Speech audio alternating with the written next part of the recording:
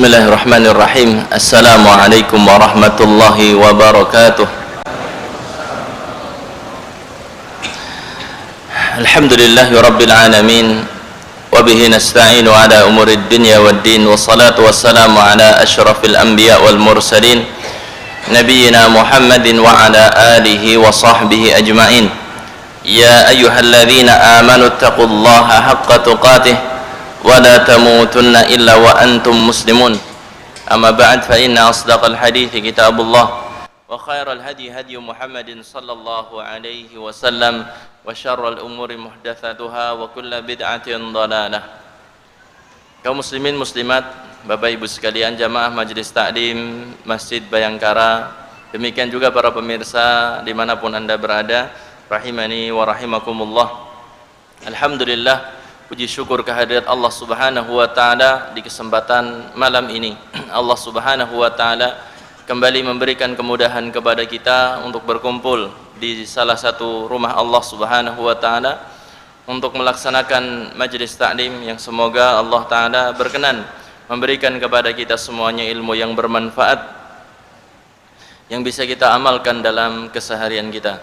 Salawat dan salam semoga senantiasa tercurah terlimpah untuk panutan kita Nabi besar Muhammad sallallahu alaihi wasallam, keluarganya, para sahabatnya, demikian juga umatnya yang setia hingga akhir zaman. Kaum muslimin muslimat, jamaah majelis taklim, demikian juga para pemirsa rahimani wa rahimakumullah. Sebelum kita melanjutkan majelis kita di malam ini, insyaallah kita sedikit mengulang atau murajaah apa yang telah kita pelajari di kesempatan kajian kita yang telah lalu. Pada kesempatan kajian kita yang telah lalu, kita telah membahas tentang cinta kepada Allah Subhanahu wa taala. Cinta kepada Allah Subhanahu wa taala. Pada kesempatan yang lalu kita sebutkan bahwasannya cinta ini merupakan motor penggerak semua bentuk peribadahan seorang hamba kepada Allah Subhanahu wa taala. Kalau enggak ada cinta, pasti enggak ada ketaatan kepada Allah Subhanahu wa taala. Semua bentuk ketaatan atau ibadah apapun bentuknya itu, lahir batin ataupun lisan atau perbuatan, semuanya adalah berasal dari yang namanya cinta. Jamaah sekalian rahimani wa rahimakumullah, pada kesempatan yang lalu kita telah sebutkan juga tentang macam-macam bentuk cinta. Ada cinta yang dikatakan sebagai cinta peribadahan. Cinta peribadahan, yaitu jika cinta tersebut mengandung berapa unsur? Dua unsur. Yang pertama apa? Pengagungan kepada yang dicintai. Yang kedua adalah merendahkan diri kepada yang dicintainya. Kemudian yang kedua ada cinta yang bukan peribadahan. Cinta yang bukan peribadahan ada beberapa bentuknya, diantaranya adalah cinta karena Allah Subhanahu wa ta'ala. Kemudian yang kedua adalah cinta yang disebutkan cinta tabiat, sesuatu yang telah difitrahkan atau digariskan dalam diri seorang hamba. Cinta terhadap kesenangan-kesenangan dunia, kenikmatan-kenikmatan dunia dengan berbagai macam bentuknya. Jamaah sekalian rahimani wa rahimakumullah, insyaallah kita akan melanjutkan kajian kita masih di bab yang sama. Kita akan bahas pada kesempatan malam ini insyaallah taala terkait dengan tanda-tanda benarnya cinta seorang hamba kepada Allah. Yang akan kita bahas adalah malam ini terkait dengan tanda-tanda benarnya cinta seorang hamba kepada Allah Subhanahu wa taala. Jamaah sekalian rahimani wa rahimakumullah, untuk mengatakan kita cinta kepada sesuatu itu gampang, tetapi untuk membuktikannya ini yang benar-benar cinta itu bukti. Karena cinta bukan hanya sekedar pengakuan saja. Jamaah sekalian rahimani wa rahimakumullah, di pepatah Arab disebutkan, ada peribahasa, kullun yada'i waslan bi Laila walakin Laila la tukiru bidzaka. Disebutkan bahwasannya semua orang mengaku punya hubungan spesial dengan si Laila. Semua orang mengaku punya hubungan spesial dengan Laila. Apalagi Laila ini adalah sosok yang sangat istimewa. Fulan ngaku, fulan ngaku, fulan ngaku. Semuanya mengaku. Walakin Laila la tuqiru bidzaka, akan tetapi Laila sendiri tidak mengakui itu semuanya. Pengakuan itu gampang. Nah, namun pembuktianlah yang menjadi bukti nyata bahwasanya orang itu benar-benar cinta. Jamaah sekalian rahimani wa rahimakumullah, tentunya dalam kehidupan nyata kita gambarkanlah dalam kehidupan kita. Seorang suami mengatakan cinta kepada istrinya kan gampang. Apalagi masih pengantin baru ya. Ya apa tidak, Pak? Masih pengantin baru. Menyatakan cinta itu begitu gampang, tapi kalau pengantin lama tambah gampang. Harusnya tambah tahu baiknya istri seperti apa, tambah baik pasangan seperti apa, harusnya seperti itu. Untuk menyatakan cinta, menyatakan sayang itu gampang, tetapi bukti nyatanya seorang yang benar-benar mencintai pasangannya tentunya akan membuktikan. Apa yang dia ucapkan bukan hanya sekedar apa? Bualan semata, bukan hanya sekedar omong kosong semata, tetapi dia buktikan dengan bekerja, serius dalam bekerja, semangat dalam bekerja. Bagaimana membahagiakan pasangannya, kan seperti itu. Jamaah sekalian, demikian juga seorang yang mengatakan dirinya cinta kepada Allah tertuntut untuk mewujudkan mana buktinya kalau kamu benar-benar cinta sama Allah Subhanahu wa ta'ala. Semua kita tertuntut untuk mewujudkan dalam kehidupan kita bahwasannya kita ini benar-benar cinta sama Allah. Kalau cuma sekedar mengatakan saya sebagai muslim cinta sama Allah gampang, tapi bukti nyatanya mana gitu. Jamaah sekalian rahimani wa rahimakumullah, kita tertuntut untuk menunjukkan bahwasanya cinta kita bukan hanya sekedar omongan, cinta kita bukan hanya sekedar pengakuan, tetapi cinta kita benar-benar kita wujudkan dalam kehidupan nyata kita. Saudaraku sekalian rahimani wa rahimakumullah, ada beberapa tanda benarnya cinta seorang hamba kepada Allah Subhanahu wa ta'ala. Yang pertama, mendahulukan cinta Allah dibandingkan dengan cinta kepada siapapun. Mendahulukan cinta kepada Allah daripada cinta kepada siapapun. Kalau seorang benar-benar cinta kepada Allah, pasti dia akan mendahulukan cintanya kepada Allah daripada cinta kepada siapapun. Bukti nyatanya seperti apa? Ketika Allah Subhanahu wa ta'ala memerintahkan sesuatu, maka dia akan berusaha untuk bagaimana melaksanakan perintah tersebut, meskipun mungkin orang-orang di sekelilingnya akan membenci dia, meskipun orang-orang di sekeliling dia akan gak suka terhadap apa yang dia lakukan. Ini namanya mendahulukan cinta Allah daripada cinta kepada siapapun. Karena dalam masalah ketaatan, maka kita harus pertama kali taat kepada Allah Subhanahu wa ta'ala. Tidak boleh seorang yang mengatakan dirinya cinta sama Allah kok sampai meninggalkan perintah Allah demi ridho manusia. Nabi SAW telah mengatakan la ta'ata li makhluqin fi maksiatil khaliq. Tidak ada bentuk ketaatan kepada manusia kalau itu merupakan maksiat kepada Allah Subhanahu wa ta'ala. Saudaraku sekalian, kaum muslimin muslimat rahimani wa rahimakumullah, yang jadi prioritas dia adalah bagaimana dia melaksanakan ketaatan kepada Allah Subhanahu wa ta'ala. Manusia ridho atau tidak, tentunya itu nomor sekian bagi dia. Karena kalau mencari ridho manusia itu nggak ada habisnya jamaah. Mencari ridho manusia itu nggak ada selesainya. Orang ini dicari ridhonya sama jenengan gitu ya, yang lain nggak ridho. Yang ini ridho, yang ini ridho, yang ini ridho, yang lainnya nggak ridho, tetap seperti itu. Nggak ada selesainya kalau seorang cita-citanya mencari apa? Ridho manusia. Ridho nas ghayatun la tudrak. Keridhaan manusia adalah sesuatu yang mustahil untuk bisa apa? Diraih. Karena jumlah manusia itu sangat banyak sekali.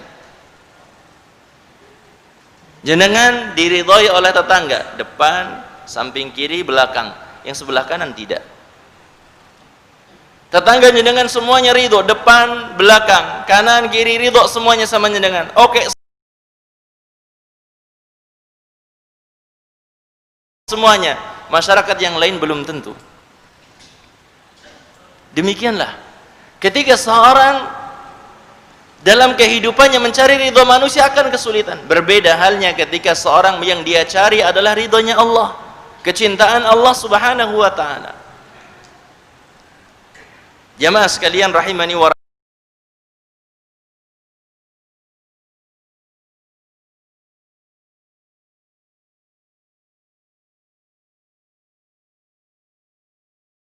rahimakumullah. Ini bukti pertama. Seorang dikatakan mencintai Allah subhanahu wa ta'ala kalau dia mendahulukan ketaatan kepada Allah di atas ketaatan kepada yang lainnya. Mendahulukan cinta kepada Allah di atas kecintaan. Seorang cinta kepada Allah subhanahu wa ta'ala adalah ittiba'ur rasul sallallahu alaihi wasallam, mengikuti Nabi sallallahu alaihi wasallam. Dan ketahuilah, mengikuti Nabi sallallahu alaihi wasallam ini merupakan konsekuensi yang timbul daripada kecintaan kita kepada Allah subhanahu wa ta'ala. Mengikuti Nabi sallallahu alaihi wasallam adalah mutlak, wajib, nggak boleh enggak, harus mengikuti Nabi sallallahu alaihi wasallam. Karena kewajiban kita dalam mencintai Allah subhanahu wa ta'ala menjalankan perintah dan menjauhi larangan-larangannya. Dan kita nggak akan bisa menjalankan perintah Allah dengan benar, tidak bisa akan sempurna meninggalkan larangan Allah kecuali dengan mengikuti apa yang dibawa oleh Nabi sallallahu alaihi wasallam. Allah Ta'ala sebutkan, wa ma atakumur rasulu fakhudhuh wa ma nahakum anhu fantahu. Apa yang dibawa oleh Rasul ambil, dan apa yang dilarang oleh Rasulullah sallallahu alaihi wasallam tinggalkan. Saudaraku sekalian rahimani wa rahimakumullah, kewajiban kita bagaimana menjalankan ketaatan kepada Allah dan menjauhi larangan-larangannya, menjalankan perintahnya, menjauhi larangan-larangan. Ini kewajiban kita. Itu semuanya akan sempurna ketika kita mengikuti Nabi sallallahu alaihi wasallam.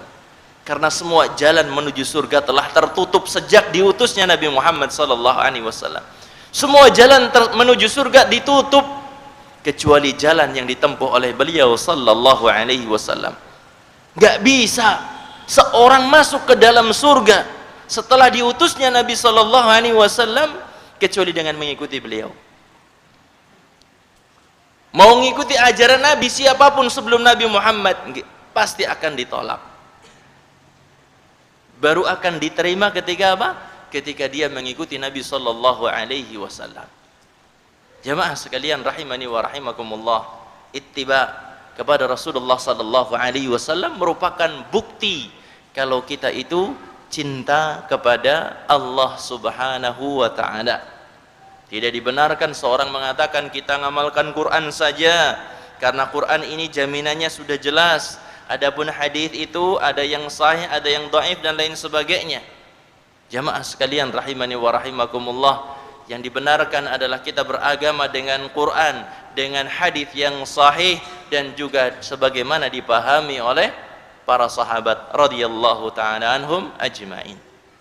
Kita lanjutkan bukti yang selanjutnya. Kalau seorang cinta kepada Allah, buktinya adalah dia akan cinta kasih kepada sesama mukmin.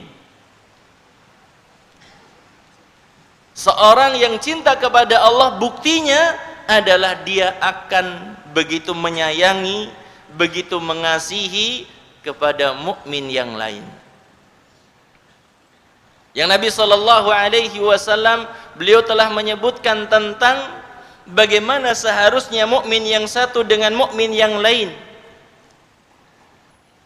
Al-mu'min lil mu'min kal bunyan, kata Nabi. Seorang mukmin dengan mukmin yang lainnya seperti apa? Seperti bangunan. Kemudian Nabi Shallallahu Alaihi Wasallam menyatukan kedua tangannya seperti ini. Yashuddu ba'duhu ba'da, saling menguatkan satu dengan yang lainnya. Dalam hadis yang lain Nabi Shallallahu Alaihi Wasallam mengatakan, "Matsalul mu'minina fi tawadihim wa tarahumihim wa ta'atufihim." Permisalan seorang mukmin dengan mukmin yang lainnya dalam masalah cinta, kasih sayang dan peduli kepada sesamanya.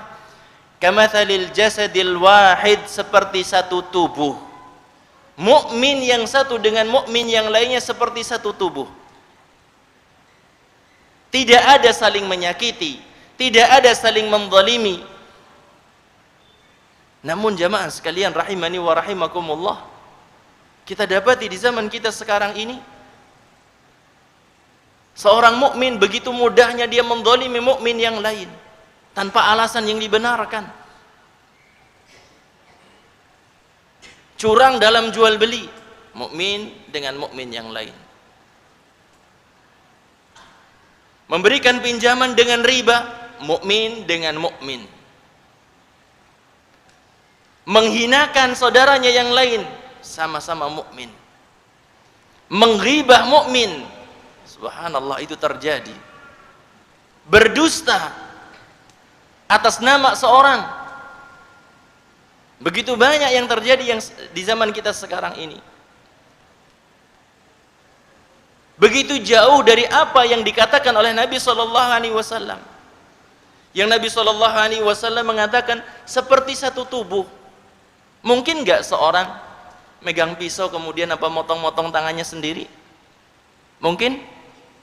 Demikianlah harusnya. Tidak ada kezaliman mukmin satu dengan mukmin yang lainnya. Tidak ada kecurangan mukmin yang satu dengan mukmin yang lainnya. Dalam masalah harta, dalam masalah kehormatan, dalam masalah yang lainnya, semuanya nggak ada menyakiti. Orang yang nggak waras, Pak. Kalau seandainya dikatakan orang megang martil kok kemudian mukul-mukul kepalanya sendiri, waras apa tidak? Hah? Nggak waras orang yang semacam ini. Demikian juga orang yang menyakiti muslim yang lainnya, hakikatnya seperti orang yang nggak waras karena dia menyakiti bagian tubuh dia sendiri gitu. Satu tubuh kok dia menyakiti yang lain. Waras nggak sih orangnya kalau seandainya dia ngasah pisau sampai tajam kemudian apa untuk apa? Potong-potong tangannya sendiri, kakinya, dagingnya dipisahkan dari tulangnya, kulitnya dikupas gitu. Demikianlah gambaran kalau seandainya seorang mukmin menyakiti atau menzalimi mukmin yang lain. Saudaraku sekalian rahimani wa rahimakumullah, tetapi di zaman kita sekarang ini, mukmin yang diberikan kekuasaan begitu mudahnya menzalimi orang-orang yang di bawahnya. Yang diberikan amanah kepadanya untuk disampaikan kepada yang di bawahnya lagi, dia ambil begitu saja. Yang sudah diberikan kekuasaan begitu mudahnya untuk apa? Mempersulit siapa? Rakyatnya. Na'udzubillah min dzalik. Na'udzubillah min dzalik. Padahal yang semacam ini seharusnya nggak ada sama sekali. Kita dapati bagaimana kita dapati ini. Kita berbicara secara global saja. Kita dapati yang ada semacam ini. Kalau orang sudah berada di instansi pemerintah, orang itu merasa nyaman dengan apa yang dia dapatkan. Sehingga etos kerja itu sudah jadi nomor sekian gitu ya. Jenengan kerasa seperti itu apa tidak? Masuk rumah sakit swasta, masuk rumah sakit negeri, rasanya beda apa tidak? Beda apa tidak? Enakan mana? Enakan swasta atau yang pemerintah? Enakan yang swasta, subhanallah. Kenapa kok seperti itu? Karena mereka yang sudah menjadi pegawai-pegawai di pemerintah tersebut, mereka merasa nyaman. Mereka merasa nyaman dengan gaji yang mereka dapatkan sudah, tanpa perlu memberikan apa pelayanan terbaik. Padahal jabatan mereka, akan ditanya di hadapan Allah Subhanahu wa taala. Saudaraku sekalian rahimani wa rahimakumullah, sehingga kadang-kadang orang ketika mau ngurus sesuatu ke instansi pemerintah, yang didapati adalah apa? Orang-orang yang di sana ketonnya apa ya? Nggak peduli sama, kecuali harus apa? Dikasih duit dulu. Padahal dia sudah digaji. Tanggung jawab dia. Yang seharusnya dia memudahkan urusan siapa? Orang-orang yang membutuhkan apa? Pelayanan dia. Malah minta duit lagi gitu. Memang tidak semuanya seperti itu, tapi banyak kita rasakan seperti itu. Kalau bisa dipersulit, kenapa harus dipermudah? Kalau bisa keluar duit, kalau bisa dapat duit, kenapa harus apa? Gratis gitu. Mereka sudah digaji, memberikan pelayanan kepada masyarakat, minta. Kebangetan banget orang-orang yang seperti ini.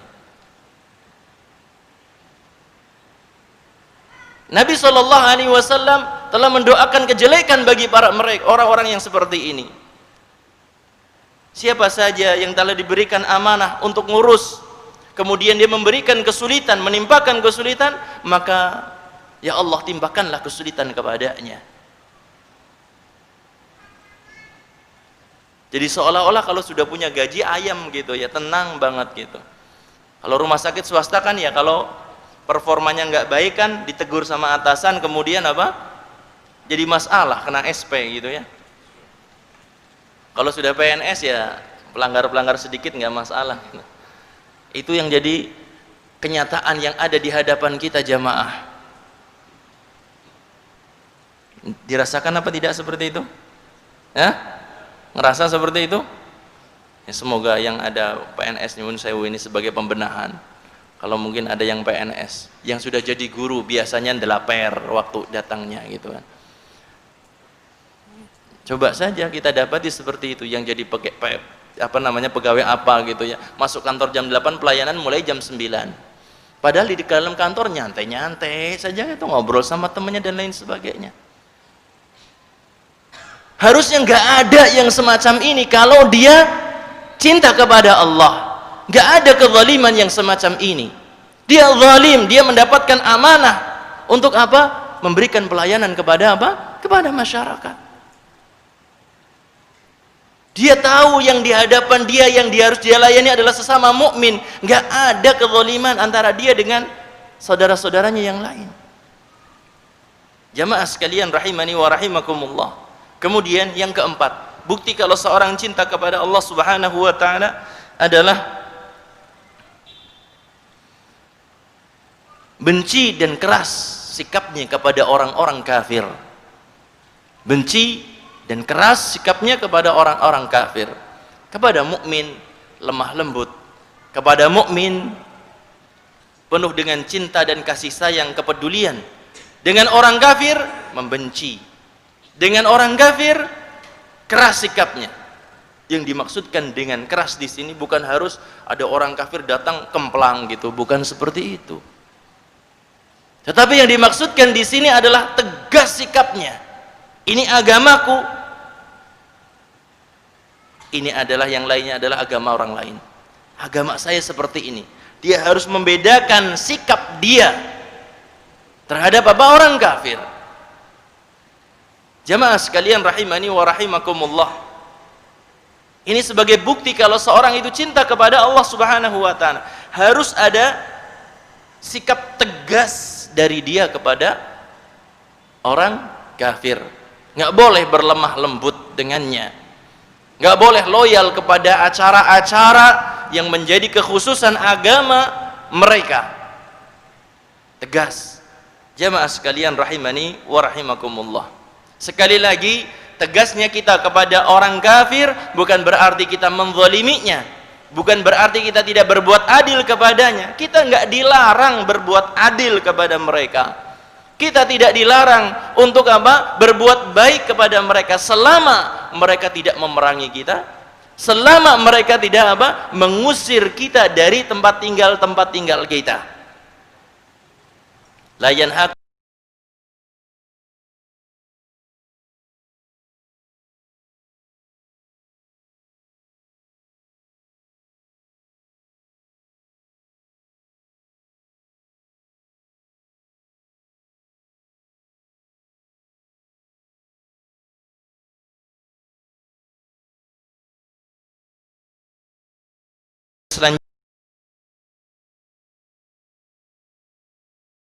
Selanjutnya, yang kelima, bukti cinta seorang kepada Allah Subhanahu wa taala adalah mau berjuang di jalan Allah Subhanahu wa taala. Mau berjuang di jalan Allah, berjuang di jalan Allah Subhanahu wa taala dengan apa saja yang dimilikinya. Allah Subhanahu wa taala memanggil orang-orang yang beriman, infiru khifafa wa thiqala wajahidu bi amwalikum wa anfusikum fi sabilillah. Infiru khifafa wa thiqala, larilah di jalan Allah Subhanahu wa taala, keluarlah di jalan Allah dalam kondisi ringan ataupun berat. Berjihadlah, berjuanglah di jalan Allah dengan harta-harta kalian dan juga jiwa-jiwa kalian. Berjuanglah di jalan Allah dengan harta, dengan jiwa. Nabi SAW juga mengatakan, jahidul musyrikin bi amwalikum wa anfusikum wa alsinatikum. Berjihadlah melawan orang-orang musyrik dengan apa? Dengan harta, dengan jiwa. Demikian juga dengan lisan. Semuanya dicurahkan di jalan Allah Subhanahu wa taala. Tujuannya adalah untuk tegaknya agama Allah di muka bumi. Dan tegaknya agama Allah di muka bumi adalah merupakan sesuatu yang akan menjadikan bumi ini akan tetap berputar pada porosnya, matahari akan tetap berjalan pada apa? Pada apa namanya? Pada jalurnya apa? Jalur matahari namanya? Hah? Orbitnya. Matahari akan tetap berada pada orbitnya ketika kita pertahankan agama ini. Kalau sudah nggak ada agama Islam, hancur alam semesta ini. Terjadinya hari kiamat itu kapan sih? Ketika tidak ada lagi di muka bumi yang menyebut nama Allah. Dan Nabi SAW mengatakan, la taqumus sa'ah illa ala syiraril khalq. Tidak akan terjadi hari kiamat kecuali pada kondisi manusia yang paling buruk. Tidak ada lagi yang menyebutkan nama Allah, tidak ada yang berzikir kepada Allah, tidak ada yang beribadah kepada Allah, tidak ada yang ingat sama Allah sama sekali. Di saat itulah terjadinya hari kiamat. Semakin menyebarnya Islam akan semakin apa? Menjadikan apa? Ya kiamat seperti itu. Tidak akan terjadi, tidak terjadi, tidak. Meskipun semuanya telah ditentukan, tetapi sebab akibat tetap berlaku. Hari kiamat sudah ditentukan kapan terjadinya. Tetapi sebab akibat itu semuanya tetap berlaku. Ketika semakin tersebar Islam, semakin apa? Semakin jauh terjadinya hari kiamat. Jamaah sekalian rahimani wa rahimakumullah. Berjihad di jalan Allah tujuannya sekali lagi untuk menegakkan kalimat Allah di muka bumi, untuk mengajak hamba-hamba Allah mengagungkan Allah Subhanahu wa taala di muka bumi. Kemudian yang keenam, bukti cinta seorang hamba kepada Allah adalah tidak takut kepada celaan siapapun, tidak gentar karena adanya intimidasi, tidak takut, apalagi cuma sekedar apa? Cuma sekedar diancam, cuma sekedar apa? Dibully, cuma sekedar diteror. Nggak ada takutnya sama sekali, terus berjuang di jalan Allah. Karena apa? Yang dia cari adalah ridhonya Allah Subhanahu wa ta'ala. Wala yakhafuna laumata laim, tidak takut kepada celaan orang-orang yang mencela. Kaum muslimin muslimat, Bapak Ibu sekalian, demikian juga para pemirsa rahimani wa rahimakumullah. Kita bacakan 3 ayat yang mencakup 6 perkara yang tadi kita sebutkan sebagai bukti cinta kita kepada Allah Subhanahu wa taala, bukti cinta seorang hamba kepada Allah. Kita bacakan 3 ayat ataupun 3 ayat. Yang pertama adalah di dalam surat At-Taubah ayat yang ke-24. Kemarin sudah kita singgung ayatnya, kita bacakan lagi. Allah Ta'ala berfirman, Kul in kana aba'ukum wa abna'ukum wa ikhwanukum wa azwajukum wa ashiratukum wa amwalun iqtaraftumuha wa tijaratun tahshawna kasadaha wa masakinu tardawnaha ahabba ilaikum minallahi wa rasulihi wa jihadin fi sabilihi fatarabbasu hatta ya'tiyallahu bi amrih wallahu la yahdil qaumal fasiqin. Allah Subhanahu wa taala berfirman, surat Ali Imran ayat yang surat At-Taubah ayat yang ke-24.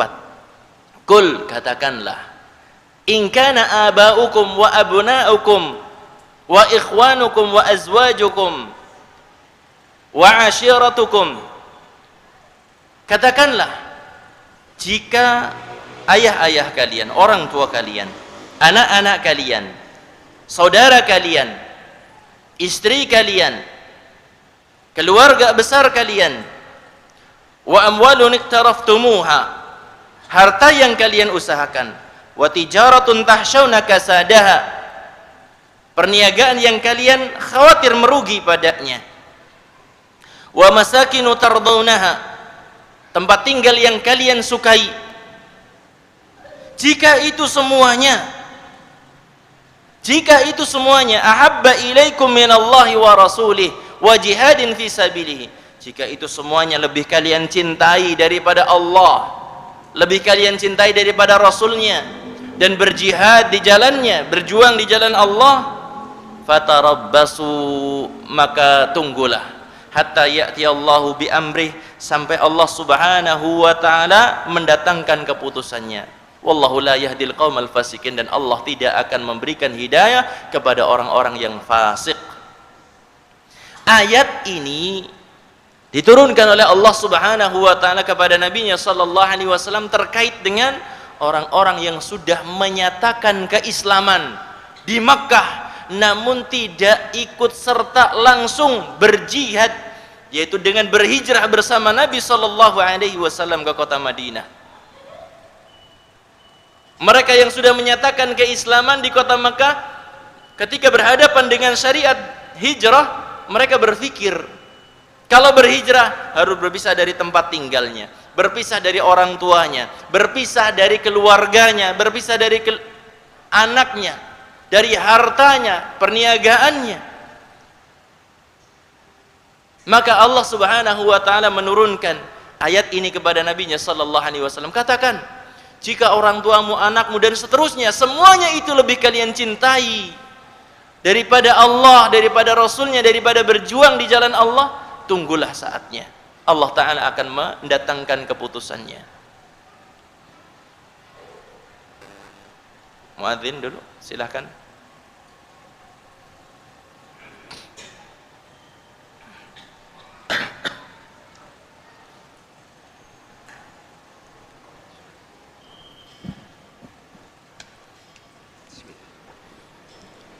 Allahu Akbar, Allahu Akbar,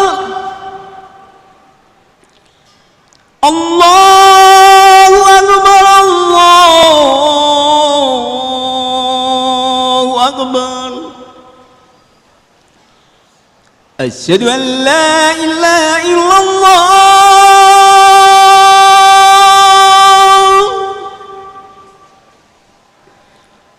asyhadu an la ilaha illallah,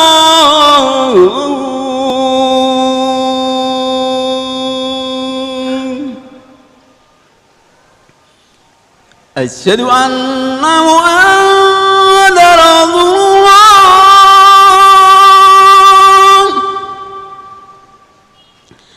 asyhadu anna Muhammadar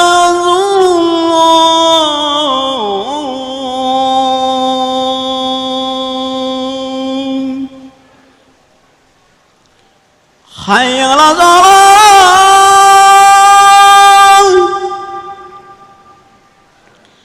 hayya 'alal salah,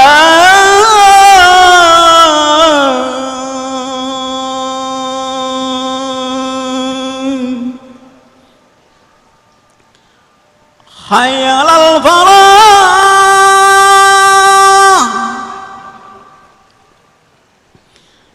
hayya 'alal falah.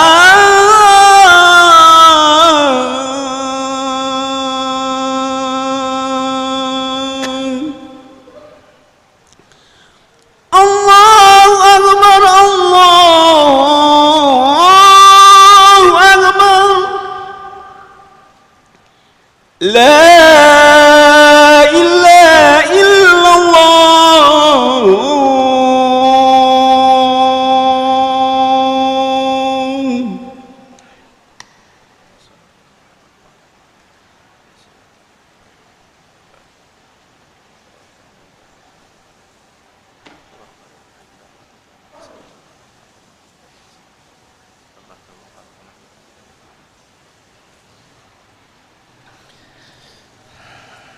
Kita lanjutkan insyaallah pada ayat yang kedua terkait dengan bukti cinta kita, cinta seorang hamba kepada Allah Subhanahu wa taala, surat Ali Imran ayat 31 sampai 32. Surat Ali Imran ayat ke-31 sampai ke-32. Allah taala berfirman, "Qul in kuntum tuhibbunallaha fattabi'uni yuhibbukumullah wa yaghfir lakum dzunubakum. Wallahu ghafurur rahim. Qul ati'u Allah war rasul fa in tawallaw fa innallaha la yuhibbul kafirin." Allah Subhanahu wa taala berfirman, "Qul in kuntum tuhibbunallah." Katakanlah jika kalian benar-benar cinta kepada Allah. Fattabi'uni, maka ikutilah aku. Jadi Allah berfirman kepada nabinya, katakan kepada manusia, jika kalian cinta kepada Allah maka ikuti aku. Kalau kita cinta kepada Allah harus mengikuti Nabi Muhammad sallallahu alaihi wasallam. Mengikuti Nabi Muhammad sallallahu alaihi wasallam. Cinta kepada Allah harus mengikuti Nabi Muhammad, menjalankan apa yang diperintahkan, menjauhi apa yang dilarang. Ini bukti cinta kita. Mengikuti syariat Nabi Muhammad sallallahu alaihi wasallam. Yuhibbukumullah, Allah taala akan memberikan cintanya kepada kalian. Orang akan mendapatkan cinta dari Allah ketika dia benar-benar mengikuti Nabi Muhammad sallallahu alaihi wasallam. Cintanya Allah, Allah memuji hambanya, Allah memberikan balasan, Allah memberikan pahala kepada hamba tersebut. Kemudian wa yaghfir lakum dzunubakum, diberikan tambahan, Allah taala akan mengampuni dosa-dosa kalian. Wallahu ghafurur rahim, dan Allah Subhanahu wa taala adalah Maha Pengampun lagi Maha Penyayang. Qul ati'ullaha war rasul, katakanlah taatilah Allah dan juga Rasulnya sallallahu alaihi wasallam. Fa in tawallau, jika kalian berpaling, fa innallaha la yuhibbul kafirin. Jika kalian berpaling, sesungguhnya Allah enggak suka, enggak cinta kepada orang-orang kafir. Jamaah sekalian, kaum muslimin muslimat yang dirahmati oleh Allah, ayat ini diturunkan oleh Allah Subhanahu wa taala kepada nabinya sallallahu alaihi wasallam ketika orang-orang Yahudi, ketika orang-orang Nasrani mengatakan nahnu abna'ullahi wa ahibba'uh. Orang-orang Yahudi dan orang-orang Nasrani mengatakan kami ini anaknya Allah, kami ini adalah orang-orang yang dicintai oleh Allah. Mereka mengatakan seperti itu, mendakwakan seperti itu, sehingga Allah taala mengatakan kepada nabinya, kalau kalian cinta kepada Allah, ikuti Nabi sallallahu alaihi wasallam. Jamaah sekalian rahimani wa rahimakumullah, ayat yang setelahnya adalah surat Al-Maidah ayat yang ke-54. Surat Al-Maidah ayat yang ke-54. Allah taala berfirman, ya ayyuhalladzina amanu may yartadda minkum an dinihi fasawfa ya'tillahu biqaumin yuhibbuhum wa yuhibbunah adzillatin 'alal mu'minina 'izzatin 'alal kafirin yujahiduna fi sabilillahi wa la yakhafuna lawmata laim dzalika fadlullah yu'ti man yasha wallahu wasi'un 'alim. Ya ayyuhalladzina amanu, wahai orang-orang yang beriman, may yartadda minkum an dinihi, barang siapa yang murtad di antara kalian dari agamanya, fasawfa ya'tillahu biqaumin, siapa saja yang murtad dari agamanya, Allah taala akan mendatangkan satu kaum, yuhibbuhum, Allah cinta kepada kaum tersebut, wa yuhibbunah, dan mereka juga cinta kepada Allah Subhanahu wa taala. Adzillatin 'alal mu'minin, lemah lembut, kasih sayang kepada orang-orang yang beriman. A'izzatin 'alal kafirin, tegas sikapnya kepada orang-orang kafir. Yujahiduna fi sabilillah wa la yakhafuna laumata laim, berjuang di jalan Allah Subhanahu wa taala, tidak takut kepada celaan orang-orang yang mencela. Dzalika fadlullah yu'tihi man yasha, itu adalah karunia dari Allah yang diberikan kepada siapa yang dikehendaki. Wallahu wasi'un alim, dialah Allah Subhanahu wa taala zat yang maha luas pemberiannya dan juga maha mengetahui. Jamaah sekalian, ayat-ayat yang tadi saya nukilkan ini merupakan dalil dari apa yang tadi kita sebutkan 1, 2, 3, 4, 5, 6. Bukti cinta kepada Allah dari seorang hamba adalah dengan mewujudkan 6 hal tersebut dalam kehidupannya. Saudaraku, kaum muslimin muslimat rahimani wa rahimakumullah, mungkin ini saja pembahasan kita pada kesempatan kajian kita malam hari ini.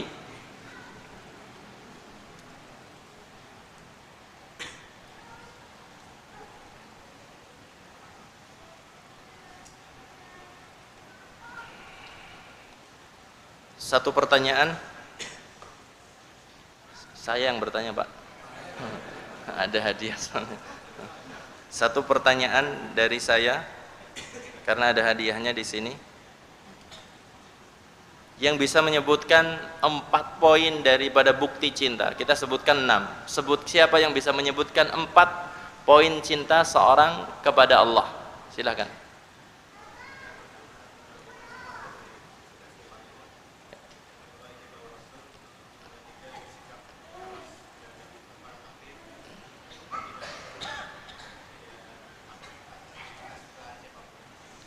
Terima kasih. Jazakallah khair. Barakallahu fiik. Insyaallah pada kesempatan yang akan datang yang akan kita bahas adalah bagaimana mengupayakan tumbuhnya cinta dalam diri kita kepada Allah Subhanahu wa taala. Insyaallah jadi pembahasan kita di kesempatan yang akan datang. Semoga Allah taala senantiasa memberikan taufik hidayahnya kepada kita semuanya. Amin ya rabbal alamin. Kita akhiri majlis kita dengan doa kafaratul majlis. Subhanakallahumma wa bihamdika asyhadu an la ilaha illa anta astaghfiruka wa atubu ilaik. Wabillahi taufiq wal hidayah. Wassalamualaikum warahmatullahi wabarakatuh.